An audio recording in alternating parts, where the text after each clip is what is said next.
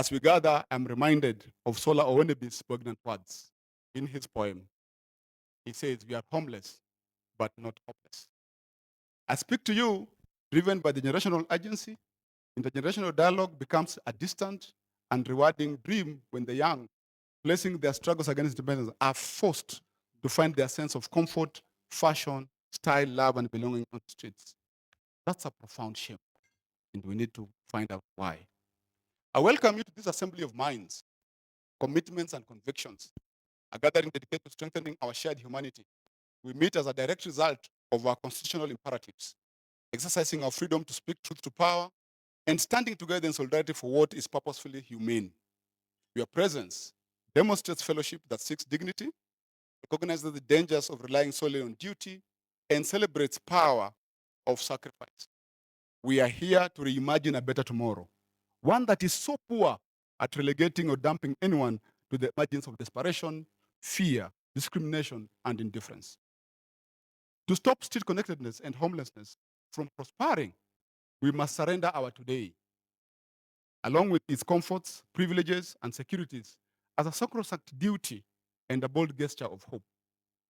Our lived realities expose a painful truth. Despite well-intentioned designs, systemic failure scoffs at our constitution, undermines our humanity, and erodes optimism. In a space dominated by human greed, local political division, and complex geopolitics, we must stand to be counted. Our contribution must always remain significant. So, we meet at an extremely critical defining moment when we have a number of things, but I'll speak about three. One, distorted rights, that the right to shelter has been reduced to the narrow mainstream frame of affordable housing. An interpretation shaped by those who find comfort in the disquiet of compliance and generosity of complicity. We have silenced dissent. Voices that refuse to remain silent are recast as enemies of the state, detractors of development, barons of restlessness, and disruption, the tranquility of the state excesses. We have state irresponsibility. The visibility of our cries, unfortunately, continuously fails to interrupt the persistent sophistication of state indifference. Let me remind you, we are neither a community of divergence nor disobedience. We are citizens refusing to affirm that we know to be untrue about systems that support some lives and omit others.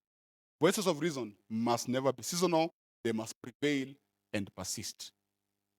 And therefore, we must confront the enduring legacy of development models that never truly departed from colonialism nor redefined imperialism. Session paper number 10 of 1965, although well acclaimed in this country, openly affirmed marginalization, arguing that investment should follow the highest economic return. The logic has shaped the geography of inequality in this country, reminding us that power is both channel through which justice can flow and the instrument through which injustice can thrive. And to remind you what Brian Kagoro, my friend from OSF, says, freedom is not a convenience. It demands that we create alternative power or courageously disrupt the existing one. Similarly, Ron Hall challenges us to rethink our assumption about homelessness and see the raw humanity behind the stereotype. Let us carry these lived realities into our dialogue today.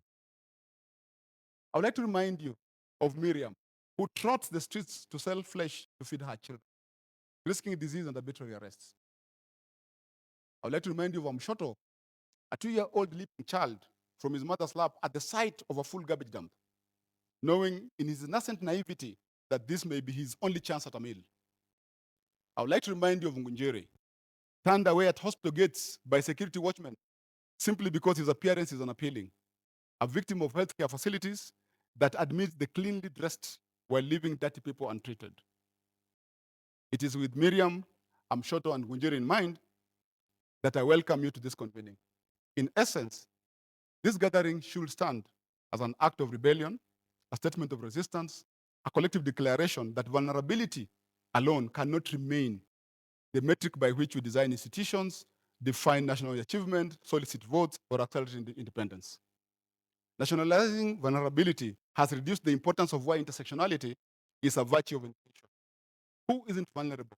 One may ask.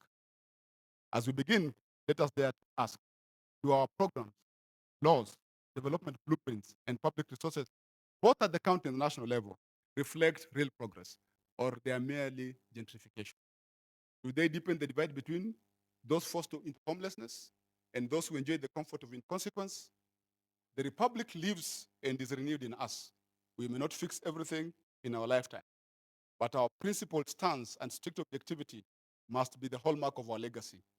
Let us accept our collective shame, but forge our resolve, echoing the lyrics of Rem Yongala's song, Sauti ya Mnyonge, and those of Sheila Makiti. People are homeless, not social inadequates. They are people without homes. Thank you and welcome.